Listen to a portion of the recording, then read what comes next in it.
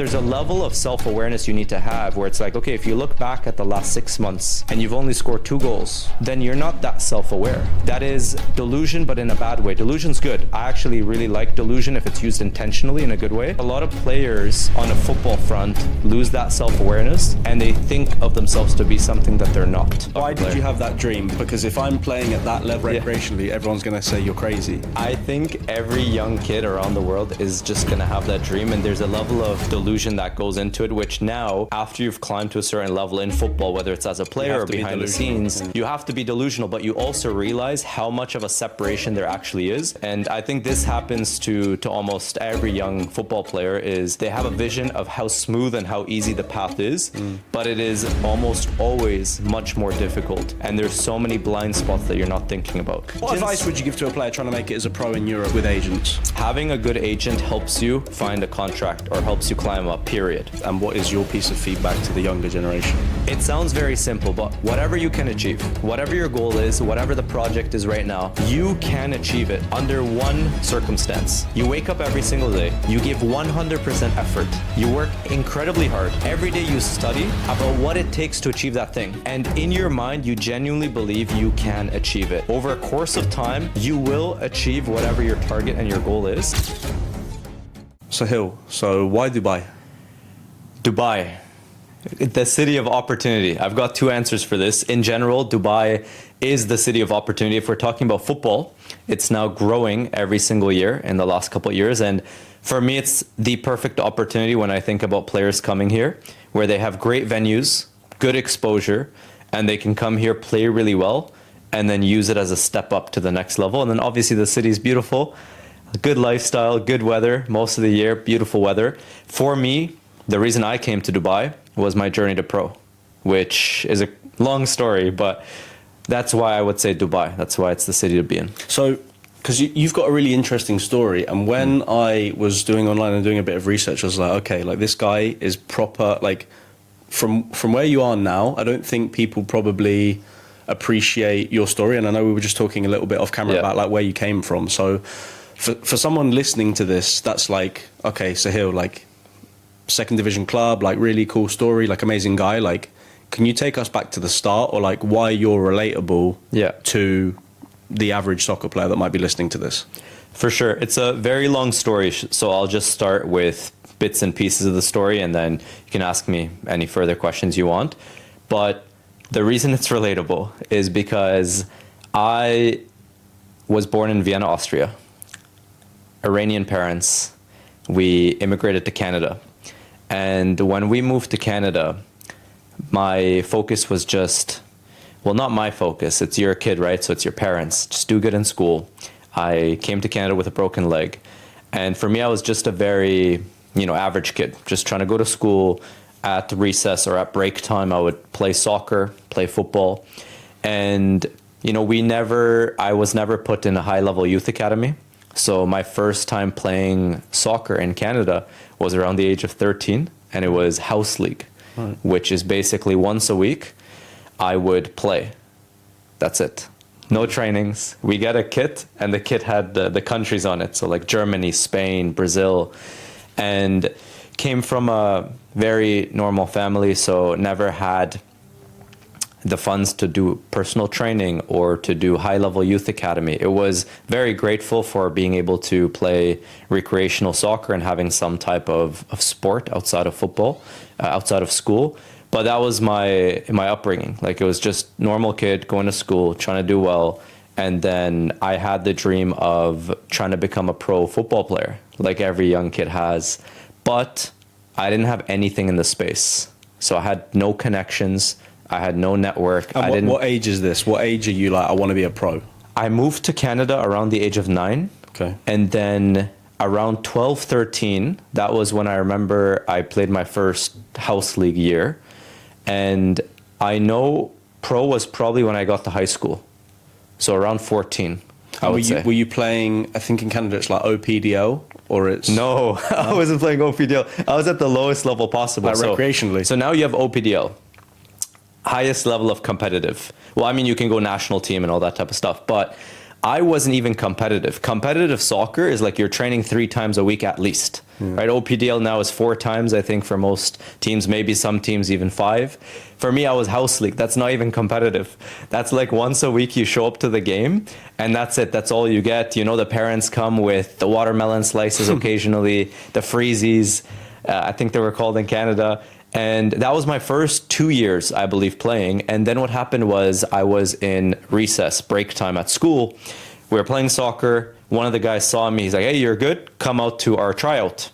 And that was L5 competitive soccer, West Ottawa Soccer Club, which is at the time, they didn't have it branded as OPDL, but if OPDL was this level here, it would be like 2 levels below it at the entry level of playing competitive soccer.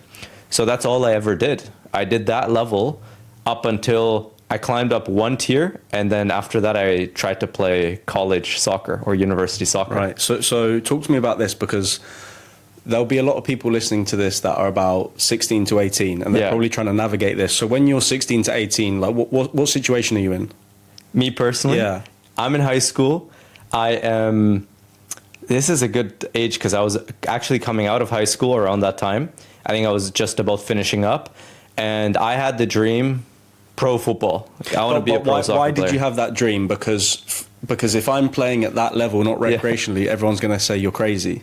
Yeah, but I think every young kid around the world is just going to have that dream. And there's a level of delusion that goes into it, which now, after you've climbed to a certain level in football, whether it's as a player or behind the scenes, you have to be delusional. But you also realize how much of a separation there actually is from that initial looking at World Cup games and looking at the Ronaldo and Messi and having a vision of what that might look like and how hard or easy it is to get there in comparison to what it actually takes. So the reason why I had that dream is because I thought I could do it, or otherwise I wouldn't have had the dream. I thought, okay, I'm going to play whatever house league 1 year, 2 years, then MLS Academy will pick me up. MLS Academy next. I'm going to play for 1 year, then first team MLS, easy. First team MLS, then maybe I'll get a call from Europe. You had it mapped out in your head. I had it mapped out what I thought would be the route. And I think this happens to almost every young football player is they have a vision of how smooth and how easy the path is, but it is almost always much more difficult. And there's so many blind spots that you're not thinking about. So did you go to university to play, or what are you doing at 18 after you finish high school? So high school finishes. Well, it doesn't finish. It's the last couple months. I'm like, I want to play pro. I want to have a route. My parents pushed academics heavily. So I knew the next step was going to be university. But if I went to a university, I also want to play on the soccer program, because that to me was like the next balanced step. Yeah. So I was never in the top 10, let alone even top 50 in the city in terms of kids. So in our city, we had Carleton University. That's, if you go to the US, you have the D1 schools. In Canada, it's called U Sports, and Carleton is one of the top teams that usually goes to nationals. And so I knew that was the team I had to get on. So what did I do? Emails. Every week I would email the guy. I remember he got so tired of me, he would respond. I still have the email on my phone right now. I can pull it up. He would respond every single time saying, come to the open tryouts, because I was a nobody. Nobody knew me. It all works with connections, right? You go to the youth academy, best youth academy in the city. They're like, hey, these are the next rookies that you want on the team. I was nowhere near that list. So I kept emailing. They kept saying open tryouts. In my head, I knew, I'm like, open tryouts, maybe there's a chance. But realistically, I have to get into winter training before the next semester. 5th, 6th email, something like that. The guy's like, this kid's not going to stop. So he replied with 2 things. He said, February 2nd, 4 p.m. Nothing else in the email. I still have it. And that was basically the invite to come to train. So I got to train 1 time with the actual team in the winter.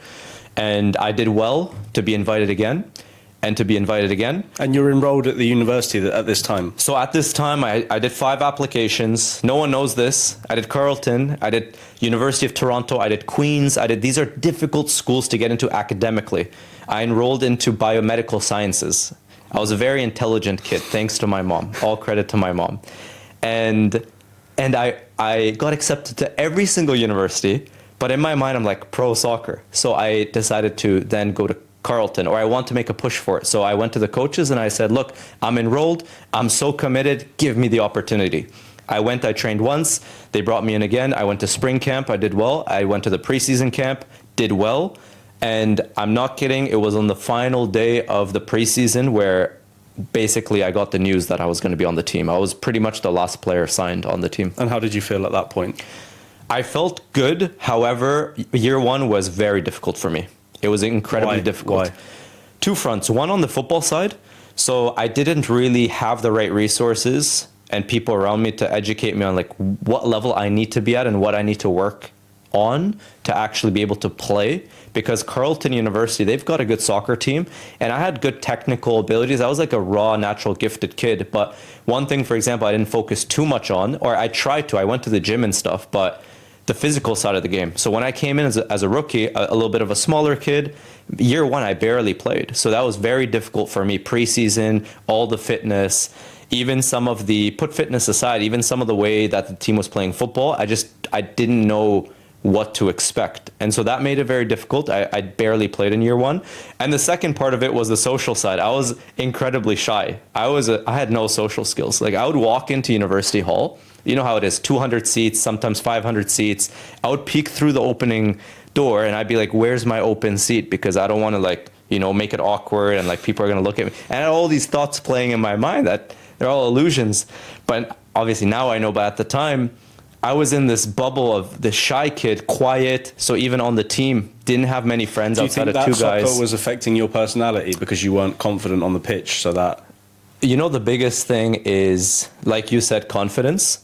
And I know what I could have done that year if, let's say, the coach believed in me, or if I felt why didn't the coach put you in? The coach didn't put me in for two reasons. One, my performance wasn't good enough to be put in. So what, from his perspective, and also objectively, I mean, I was young, it's a long time now, but objectively, I wasn't doing enough to be able to be considered for more minutes. In training? In training, we played a couple of friendly matches, but I did get the opportunity to come in. So I did get the opportunity to come in, but again, did I do enough for him to say, okay, next game he gets more minutes? The answer is no, or else he would have done it. That's one part of it. And the second part of it is just I had no relationship with the coach. And I think that's one of the most overlooked things. And now when youth players, they always ask me, what team should I go to? Whether it's they're trying to go semi-pro, pro, or they're trying to go to college and university. I tell them, find the best possible team. But something that's even more important than that is make sure that the coach sees value in you and wants to work with you. You have a good relationship with the coach. That's the most important thing. I had nothing. I would barely talk to him. And I would say that it comes from both sides. There should be initiative from the coach as well to initiate that, which didn't happen for me that year. But as a young kid who nobody taught him social skills, nobody taught him the importance of going up to the coach and having a conversation, maybe even outside of football, I didn't have that. Do you think that you didn't have that because you didn't play at that high of a competitive level in your youth soccer career? Part of it. I think the other part of it is simply not being educated in terms of I didn't learn it. Nobody told me, because I think a lot of that also comes from learning. I know kids who are playing at high level youth academy, but they're still very introverted or shy. And there's nothing wrong with that. We all have different personalities, but just somebody having a mentor to basically tell you like, look, it is important to build that connection, be intentional about it. That's something that I didn't have. So part of it was that I wasn't in that high level system. So did you finish university? Did you play 4 years? I did, but it was interesting. So I played year one, and when I say I played, again, barely really played. Then all the seniors went up, graduated. I remember coach sat me down, he said, Soheil, next year, me and the other two rookies, next year's your year, you know, you're a rookie, now year two, we're gonna be playing you, really like, be ready for that. And in the winter, I trained like crazy. Like I was always the kid, because I was so far behind in terms of my development. I would always go before school, after school, when it was snowing outside, take the shovel, even 40 centimeters, take the shovel, open up play. But I trained like crazy. I went into preseason. Spring, he said, I'm competing for the 11. Preseason, I scored 2 goals out of 4 preseason games. And on the final day of selections, he sat me in a room like this with the rest of the technical staff, and we had about 2-3 players too much for the roster, so cuts were being made, and we all kind of had a feeling who those guys were going to be. And I had no idea that I was one of those players. So I walked into that room and he said something like, "We've decided to not select you on the team this year." It was such a shocking moment for me. I don't quite remember the exact words, but I didn't, again, no social skills. I didn't ask him why. I didn't know how to even communicate about that topic. And so I just got up, shook his hand, rest of the staff, and I walked out. And that was after year one at Carleton University. And I felt like whatever script I had in front of me of like, this is my journey to pro, it just got ripped in front of me. So I had all my classes around my soccer training at the uni. And it was serious. Like, we're training 5 times a week. Sometimes we play 2 leagues, because you know how the season is 3-4 months. And now I had these weird gaps. I had no team environment. That was a very low moment for me. But to zoom out, without getting into the details, basically year 1, Carleton, year 2, I got cut.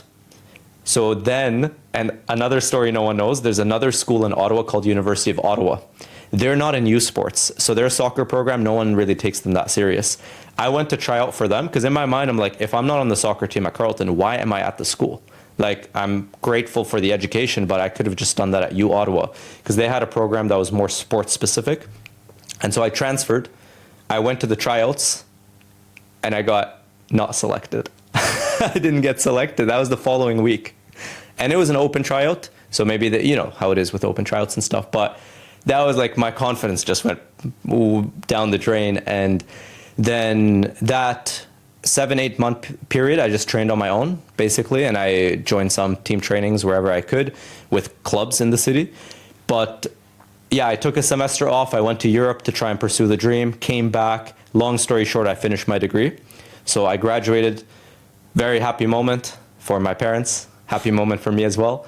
And yeah, so I finished 4 years, but it was very broken up in different schools. So amazing. First and foremost, congratulations. Amazing. That is, and how did you stay resilient during this time? How did you keep belief? Because if if a player is in your position and they get cut, they're like, this is not for me, I'm going to give it. Like, how did you keep going? Look, the real answer is you need to have a strong why. Okay. And for me, that why at the time, and still it's a big part of my why, was I knew I love football. And my thing at the time was I want to become a player because I love football. But also, if I become a successful player, I'll make money and I can help my parents. And so when I got cut, in my head, it was, okay, well, I got cut. But I knew if I kept going, I didn't give up. In my head, I thought, I'm going to make it. I have to keep pushing. I'm going to make it. And when I make it, I'm going to be able to give them that reward. And that's why I kept going. That's a really big part of it. There's some other reasons as well. I started making videos, so I want to inspire people. That was the early days. And how were your parents in this process? Were your parents supportive? Did they struggle? My parents love me and they're so supportive, and I'm so grateful for them. With football, they didn't see that as something that is valuable. And I totally understand it because immigrated twice to 2 different countries, studying and being in a background where it has nothing to do with sports. And so, of course, when your kid wants to do something completely different and also risky, by the way, it's a very risky industry. After all the sacrifice that they made, it didn't make sense. And so there wasn't support on that front. There was support in terms of the family, the love, forever they were grateful. Questioning your decisions, like, yeah, but on the football thing, it was solo.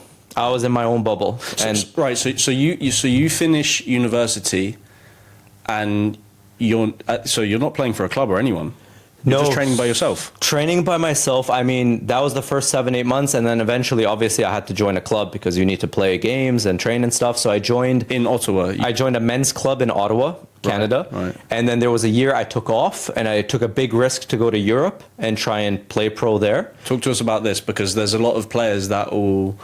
I get a lot of messages saying, I want to go to Europe, I want to go to Europe. Yeah, like, yeah. What was your experience of going to Europe? Okay, so I was so upset because, yes, the why, I just explained to you why I kept going, but there was also a part of the energy which was the prove them wrong, which every athlete has. And for me, it was, okay, the coach cut me. I had these other things as well. I'm like, prove them wrong. Let's go. I'm going to make it. So that was the other energy that was motivating me as well. And so I remember 7-8 months, I'm training by myself. I'm sending emails every day. I'm like, let's go. I'm popping in. sporting directors and coaches of second, third, fourth, fifth, sixth division teams across Europe. And you know how it is at the time. You're like, anything. Give me any entry.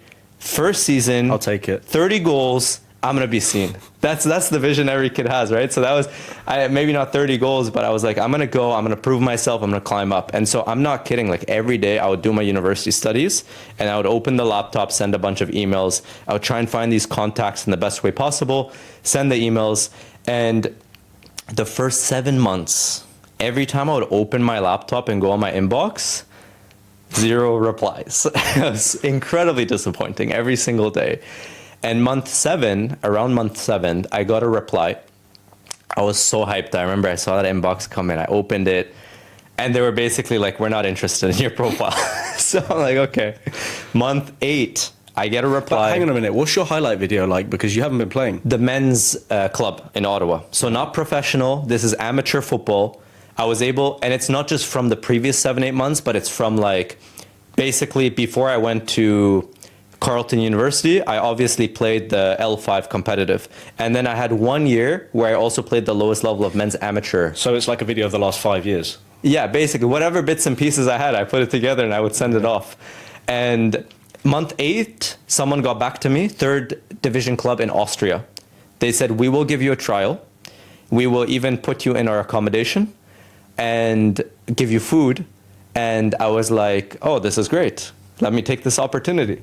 And so I took that trip. It was about a couple hours after my final exam, planned it out perfectly. I go there, I train with them. And again, this can be hours of storytelling, but long story short, the trial in Austria, which was in a random village, it wasn't even in one of the main cities.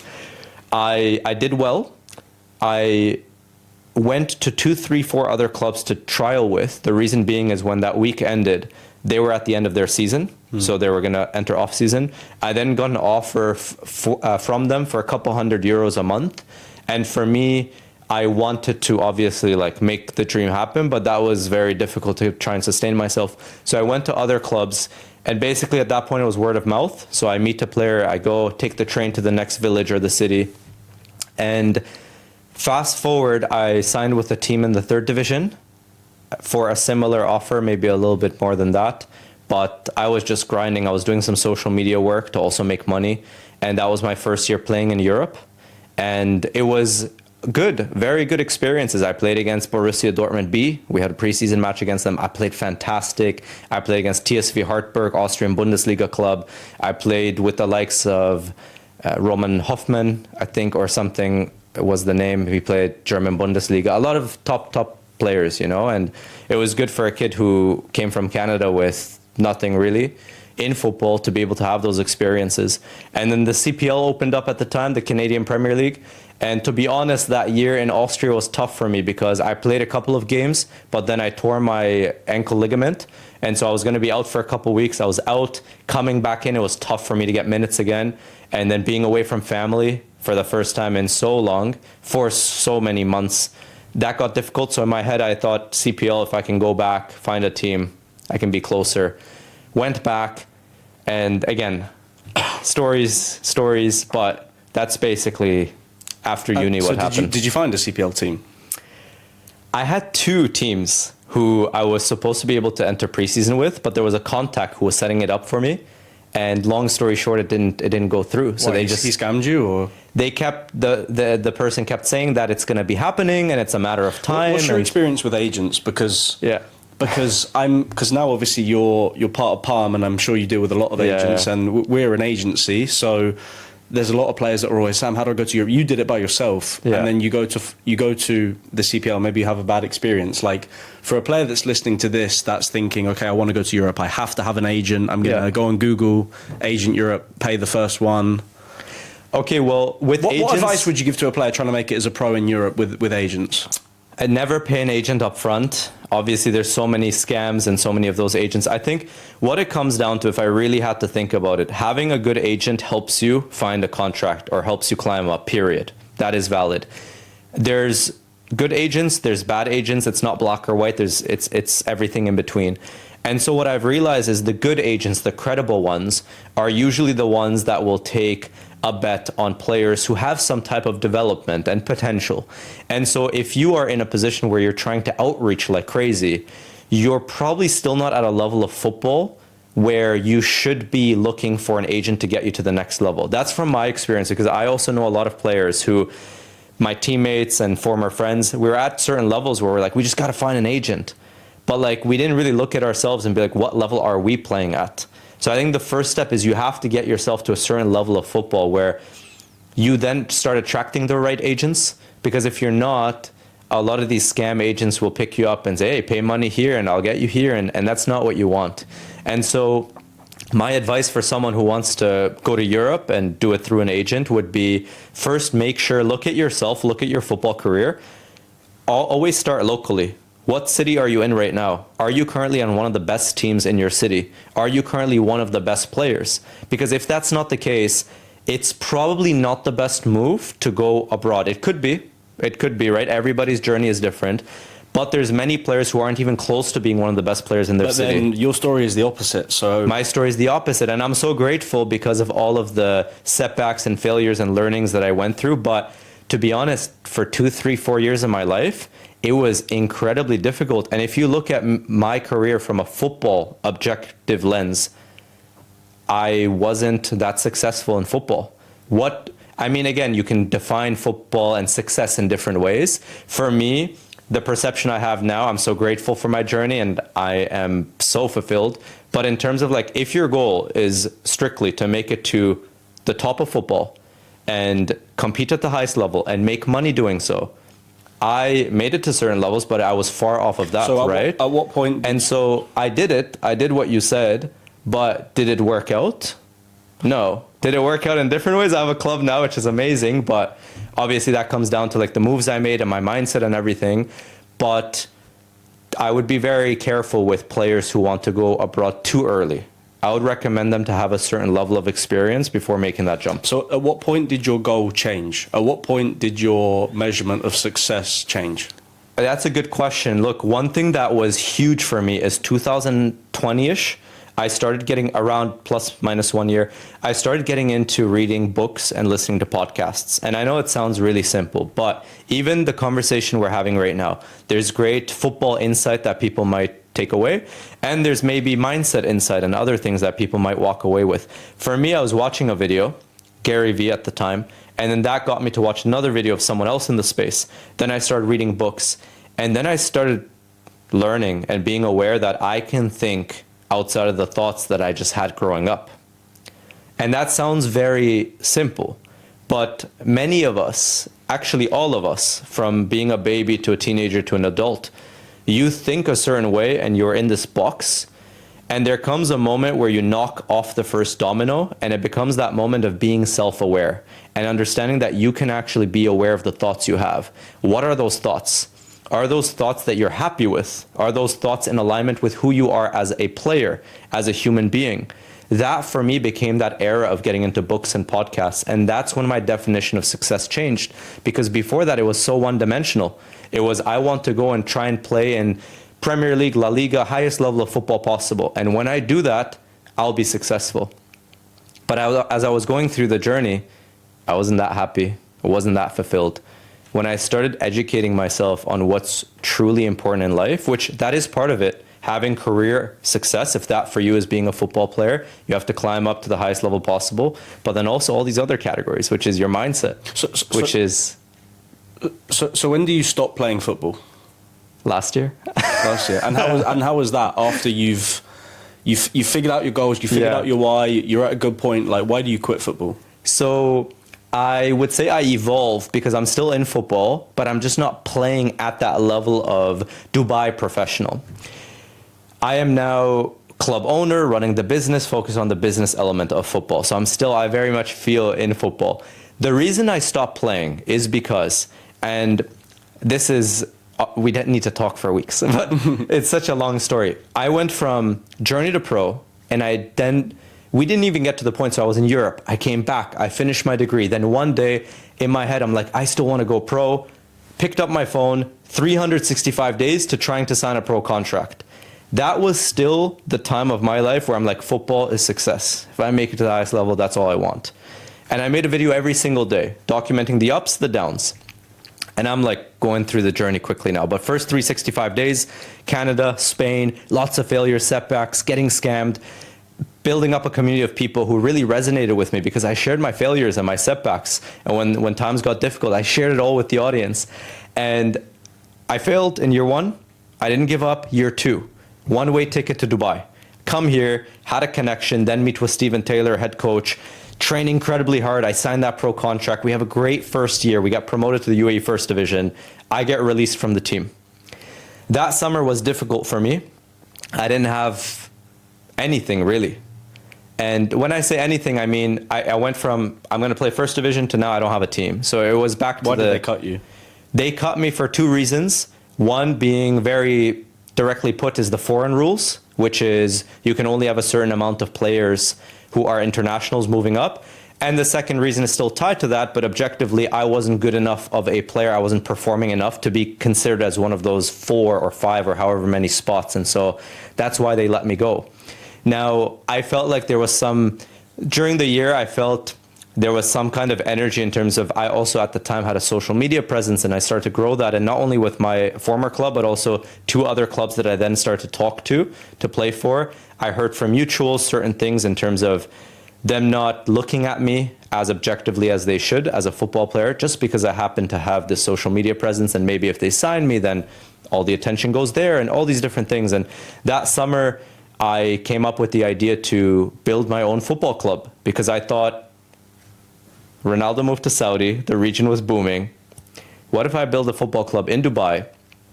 What if I, instead of not empower the players on social media, I make it part of it as long as the focus is on football first? And what if along the way I can educate players on setting them up with the resources to become who I've been blessed to become, which is not just a one-dimensional football player, but a multi-dimensional athlete who now is the happiest and the most fulfilled I've ever been in my life. What fulfills you? What fulfills me is many things. It's a very complicated answer. It is a complicated answer. To put it simply, without getting into the details, and we can, it is living my best version. So when I envision who is Soheil Var, how do I show up in the best way? What would my family life be like? What would my relationships be like? What would my career be like? What would my health be like? How would my mind be thinking? If I live in alignment with all of those things, my best version, I can every day wake up, be very grateful and be very fulfilled because I know I've given 100% and I'm living in alignment with that. I will add to that answer something that's really important is making an impact. I think there comes a time in everybody's journey, hopefully, if you become aware, this is very important, where phase 1 is it's just about you, right? You're just focused on, I need to sign that pro contract. I need to go pro. Maybe if you're outside of football, it's whatever else it is for you, but it's only about yourself. And for me, I see that as my first big chapter, 365 days to signing a pro contract. It was just about me. It was my journey. But along the way, what happened was I started sharing videos and tips and advice and insight to football players around the world. And I started getting messages every single day. Soheil, watching your content has inspired me to keep going, to not give up.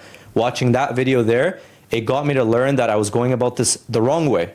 I should have done that instead. And now I saved myself 3 months of anxiety because of that move that you shared in your video. And as that journey went on for the first 365 days, something drifted inside me and it was, this is so much more than just my journey. This is the impact that I get to make on everybody else. And so the next big chapter became building a pro football club. And part of the reason I want to do that is, I mentioned the first part, but the second piece was along the way, I want to try and give the resources to players to become multidimensional. We're still making progress on that vision because building a club in such a short period of time is quite difficult. But that impact, that giving back, that is something that really fulfills me. What's your definition of becoming a multi-dimensional person? Becoming a multi-dimensional person is being aware that being your best version and being an optimized human means that there's different elements to life, 1. And then 2, be aware of those elements and now try and maximize them to the best for yourself. right? And that's where a lot of self-awareness and reflection comes into play, because everybody's balance will look different. But the key is you need to be aware that there are different categories, and you need to identify what are your values and where do you want those levels to be in each one of those categories. And if you then execute every day with the right actions that are in alignment with that vision, that will have you feeling very happy and fulfilled. That's my personal experience. And so those areas, just to like paint a couple for myself, is career, pretty simple. So for me now, it's building a football club, my social media career, my speaking career, many different things. There's family life, having a good connection with them. Friendships and circle, having a good social circle, people that you can connect with. My mind, being very self-aware, knowing myself, what makes me happy, what are my strengths, what are my weaknesses, what do I want to learn, what do I want to explore. Yeah. Diet, health, nutrition, sleep, all these different, I can completely relate to you, and it's really refreshing to hear this, because I think that I'm very grateful for, I probably wasn't as good of a footballer as you, but I'm very grateful for what football gave me. And then after I graduated and I stopped playing football, I was like, I really miss football, but I didn't really miss the playing side of it that much. I missed more like what it gave me, the community, the friendships, the people around you. Yeah. So then when we started, and I think probably one of the biggest reasons why you've had success is your story and the why and the meaning, right? And I think a big focus for us is trying to give back, trying to educate, trying to give perspective, because at the end of the day, like, to be a professional footballer, I mean, your journey is amazing. For most of the players, it's probably pro academy, get signed to a first team, go on loan, go somewhere else, right? Like, that's the standard pathway in Europe. In America or in Canada, it's go OUA, get drafted, go to the CPL, right? And then there's obviously these players that kind of have their own pathway and they navigate it. But for most of the players that we work with, that I talk to, a lot of my friends, it's like, okay, football was great. I played until I was 21, 22. And then I always look back at my career and it's the friendships, it's what it taught me, how to be sociable, how to respect a coach, how to follow instructions, how to be organized. Like, this is about football that I think people neglect. And it's really refreshing to hear like what fulfills you, because I can relate a lot to what you're talking about in terms of like health, nutrition, because there was a period where I stopped playing football that I was very lost, and I didn't take care of my health. I didn't take care of my nutrition, my relationships, and not being focused and not being organized and not having a goal and understanding the why. And I think football has allowed me personally to have all of these things, but not from playing, from building something. And I think your story, how important do you think your story has been to your success? Very important. Why? Very important, because my story, what you just shared, by the way, do you feel like, I'll give you the answer, but do you feel like if you looked at your own journey, at the start, like your focus was very much like one-dimensional, and then now as the evolution of your career went on, you really understand like what is the most important in life and what fulfills you? And do you have a sense of that? Yes, I still think I'm figuring it out, but I know a lot more what makes me happy. I know a lot more what fulfills me. I know a lot more what I enjoy and what I don't like. And I feel like when you're talking about like multi-dimensional and what brings you success and what brings you happiness, like there's still a lot of, and I think also like that, like you have a lot of responsibility building a football club, and you have to take a lot of decisions that you like for me personally, building an agency and also building football clubs is like, you have to take a lot of decisions. You're not going to make everyone happy. Yeah. And that's also part of one of the biggest things why I enjoy learning is taking decisions and making the wrong decision also, and learning from it. I really enjoy learning and getting better every day. So to answer your question, I think that being fulfilled is a lot of different things, but I don't know. I don't know 100% what is multidimensional, right? It's like, do you love someone? But that's good. You know, based off of how you're speaking right now, I can tell that you're on a journey of discovering that for yourself, which everyone is, by the way. I'm not sitting here and I have it all figured out. It's like every day, every week, every month, life evolves and you start learning like what is fulfillment to me and what is most important. What's been your biggest challenge on your journey? What's something that you look back at like, that was tough? Things that were tough, you know, okay, now, objectively, I have the most amount of stress, pressure, difficulty in my life that I've ever had. Why? because with a football club, there comes a lot of expectations, there comes a lot of commitments, there comes a lot of setbacks, there comes a lot of targets that you need to hit to keep the business moving. We're managing under the umbrella of the football club currently, putting the academy aside, just first team, about 40 individuals, okay? Now there's clubs much bigger than that, clubs smaller than that. But think about it, it's a lot of different expectations that you need to manage. If I'm listening to this and I'm like, you own a football club, that's amazing. That's the best job in the world. You get to manage 40 people, amazing. Yeah. What would you say like to that person? Look, I'm very grateful. I actually really enjoy the process, but it is difficult.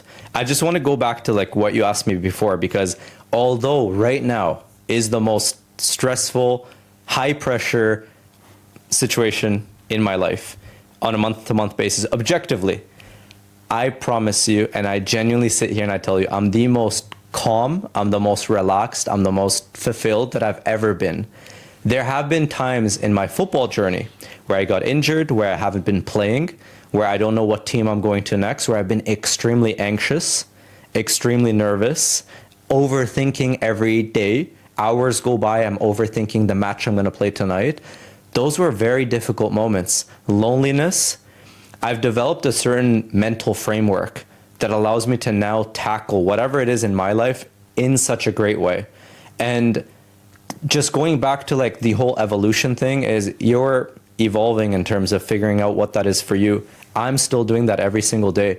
But what I really want to leave, many things, but one of the things I'd love to leave the viewer with is the importance of putting that on your agenda. Putting on your agenda becoming self-aware and figuring out what that looks like, whether you're a football player trying to go university, scholarship, college, you want to go semi-pro, you want to go pro, maybe you're someone in the sports business industry, whatever your role is, it doesn't matter. It's this one concept in my life that has brought me so much success internally, which is every single day, put on your agenda a practice of becoming self-aware and just taking some time with yourself. What does self-aware to a 12-year-old who doesn't know? How would you explain being self-aware? I will say 12 is quite young, and we don't want to be pushing these things too hard. Okay, but to someone who has no idea what self-aware means, in simple? So, self-awareness is being aware of your thoughts, your feelings, what you want, what's important to you, how you're actually showing up in relation to there's self-awareness, and then there's also an awareness attached to other people. So sometimes that can be in relation to the objective reality that is happening. So for example, I'll paint an example. Understanding myself is I'm someone who values hard work. I'm someone who values being persistent. I'm someone who values upgrading and leveling up every single day. These are things about myself. And it's important to become self-aware, because once I become aware of those things, I can then line my day up in alignment with that. And that to me is a very fulfilling day. But the way it's attached to other people is, for example, as a football player, you could be like a striker, and you could in your head think, I'm the best striker. I'm such a great striker. And it's good to have those thoughts, but there's a level of self-awareness you need to have where it's like, okay, if you look back at the last 6 months and you've only scored 2 goals, and you haven't contributed much as a striker in terms of 1-2 plays or hold up or whatever that looks like for your team and the success, then you're not that self-aware. That is delusion, but in a bad way. Delusion's good. I actually really like delusion if it's used intentionally in a good way. But a lot of players on a football front lose that self-awareness, and they think of themselves to be something that they're not.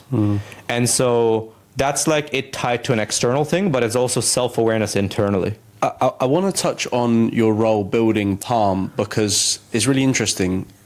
You're probably younger than some of the players and some of the people that you've had to build. How do you manage your role at a football club, being like the owner and building it from the ground up, when you've signed players that have had a better playing career than you? Is it something that you have to deal with, or is it something that hasn't really...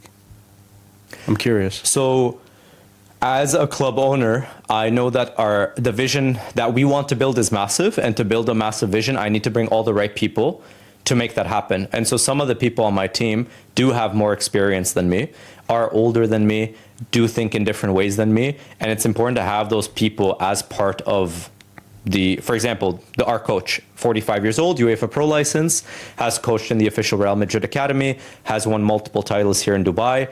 So that's a level of respect that a player will give to that coach, even if they've played for Barcelona, Porto, Swansea, MLS MVP, whatever it might be.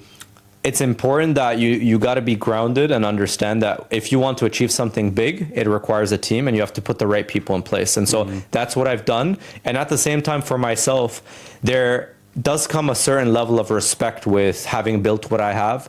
I'm very humble in the sense that the inner people who actually know me, they always say I'm very humble and very grounded in what I have achieved. And I say I, but it's we. It's the team. It's the people that How important is building something with the right people? Because this is something that I've personally learned and definitely made some mistakes. Like when you're building a club, how important is the culture and the people?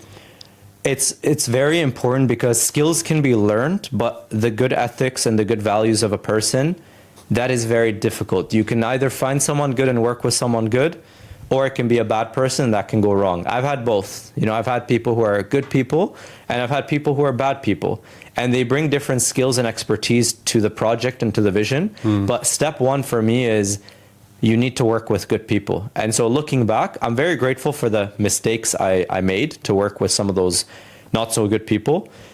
But that is one of the most important things, especially if you want to build something big and something long-term. You want to have good people along your team. So when you start Palm and you're thinking, okay, I want to build a football club, what's the why then? The why behind Palm is, and at the time, it didn't have a name. It was just, we're going to build a pro football club in 365 days. I had just been released, and I had this vision that I'm now going to be first division player, and World Cup is coming up, and I'm going to do another crazy challenge. And it was player focused, my personal journey. And I thought, I've learned so much.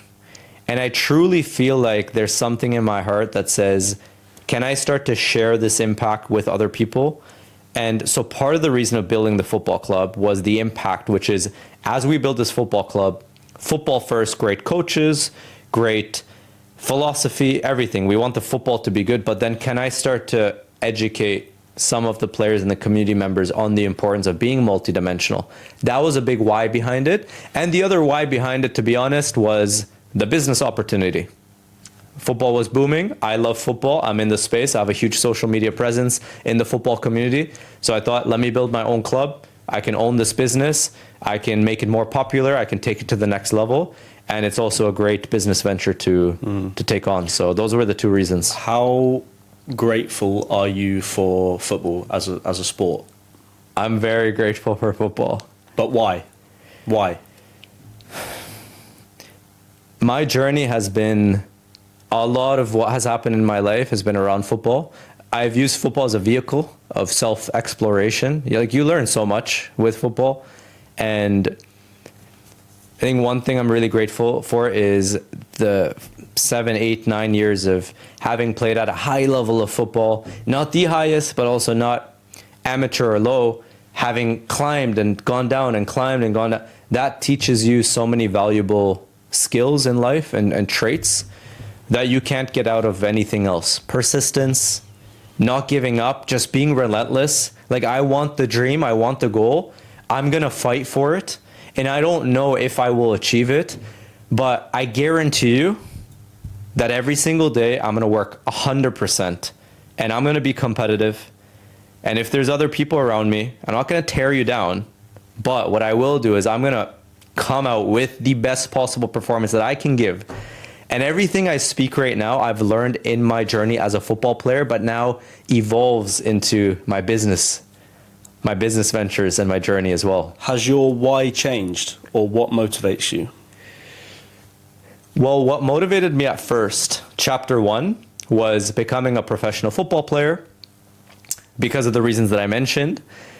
Now my chapter, my why has evolved. And what my why is now, it's very interesting because I told you it's every day you learn, every week you learn. So it evolves. But right now, it's the impact of what the club can make, right? So if we can start educating some of the players and community members on being multidimensional, that excites me.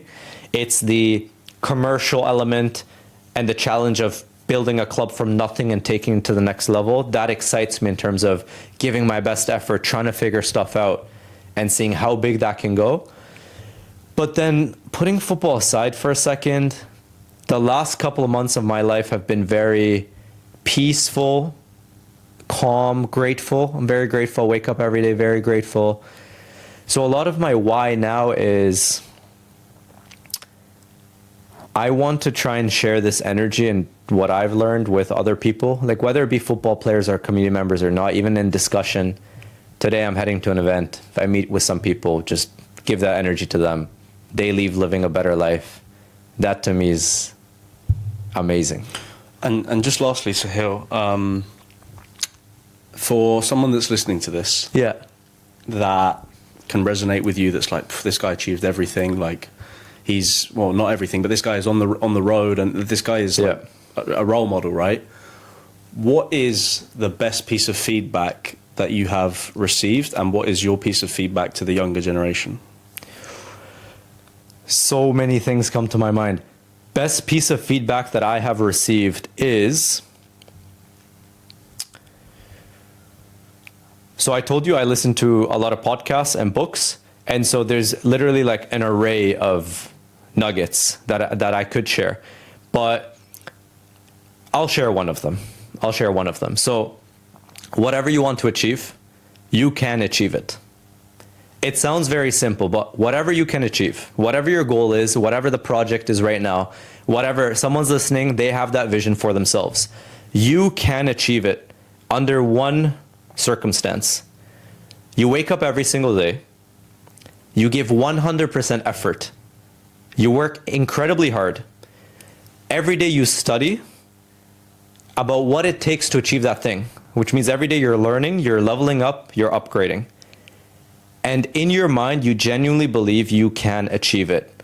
A lot of people say, I want to do this, and I think I can do it, and I believe I can do it, but do you actually believe it? Do you radiate with the energy of you that if I say I'm going to build a pro football club, I'm going to build a pro football club. If I say I'm going to sign a pro contract and play pro football, I'm really going to do it. You need to fully believe it in your mind. And if you fully believe it in your mind, and every single day you show up at 100% effort, and you learn new things about that process, over a course of time, you will achieve whatever your target and your goal is. And I really just want to send that energy to whoever's watching right now, because maybe you're going through a setback. Maybe it's going a bit slower than you thought. Maybe whatever plan you had did not go according to plan. Be intentional. Be intentional. Get rid of this energy in your mind of like, oh, it's not for me. Maybe it's going to take longer. You are the creative director of your movie, of your life. Whatever you want to happen, you can make it happen. Live with that energy in the next hour of your day. Think how that person would think. Move how that person would move. The person who already has achieved that goal. Time just hasn't caught up. Soheil, thank you so much, man. That was amazing. I'm really motivated now. That was amazing. Guys, if anyone took any value from this or any insight, I know Soheil has a massive social media following, but maybe pop him a DM and he'll get back to you. And also, if any of you guys are ever in Dubai, by the way, come on out to our games. We'd love to have you. And if you're at our games, wave me down, come find me. I'd love to have a discussion with you guys. I want to build this club with the community. Love that. And so whether you guys are from the UAE, in Europe, North America, anywhere around the world, if you're ever in Dubai, come on, be part of the games. I'd love to build this vision with you. And if you're not able to come to Dubai, they can join our inner circle, completely free. Anybody can come, meet other football fans, community members, share ideas, and build a really cool football project together. How do you join the inner circle? Our Instagram, Palm City FC. Perfect. You go on our broadcast channel, free to join. There's already around 1,000 people in there. Wow. And so it's an open community for everyone to join. Soheil, thank you so much. I learned a lot from that today, and your vision and your energy. And I think I can completely relate to everything that you said, because I think that the most important thing in football is community, is people, is storytelling. And the biggest piece of advice that I'm giving to players is energy. Like, you don't have to become a professional footballer to have a successful life, not just career, but life. energy. You need to have good energy. You need to have good people around you, relationships, be motivated, be curious, ask lots of questions, be proactive. Like, don't make excuses. You are the creative director. Like, you are the main character of your life. Yes. And if you can take care of this, and if you can be humble and be hungry and just look for what's next and be focused, this is what's going to bring you success. Agreed. Amazing. Guys, thank you so much for the episode. And if you learned anything, pop either of us a message. Perfect, Soheil. Awesome. Man. Thank you. Thank you so much. I enjoyed that. That was fun. That was really good. Really, really good. I love your story. Of course, yeah. Story, man. Look, you know the thing we talked about at the end there.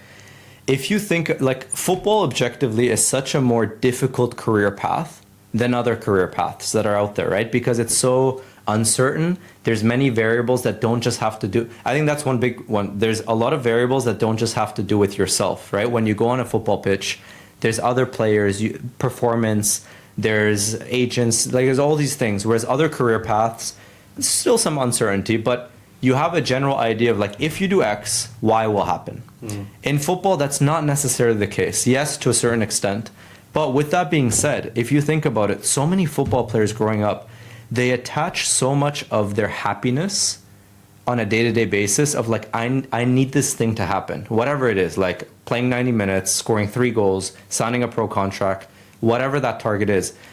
And when they don't reach it or when things don't happen in alignment with that, they live unhappy. They live with anxiety, and that's part of life. Like obviously it's going to be part of the process, but I think just bringing the awareness to people, that's one of my goals is always when I chat with people like younger, especially in person, I tell them like, if football is your passion, go for it. Like become a player, do whatever you want.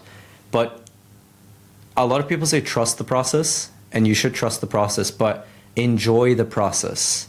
Enjoy the process, because today will pass, this week will pass, the year will pass, and whatever was going to happen in that year, if you think about it, a year from now, whatever happened in 2026 is going to happen anyways. And you're going to look back and be like, 2026 passed.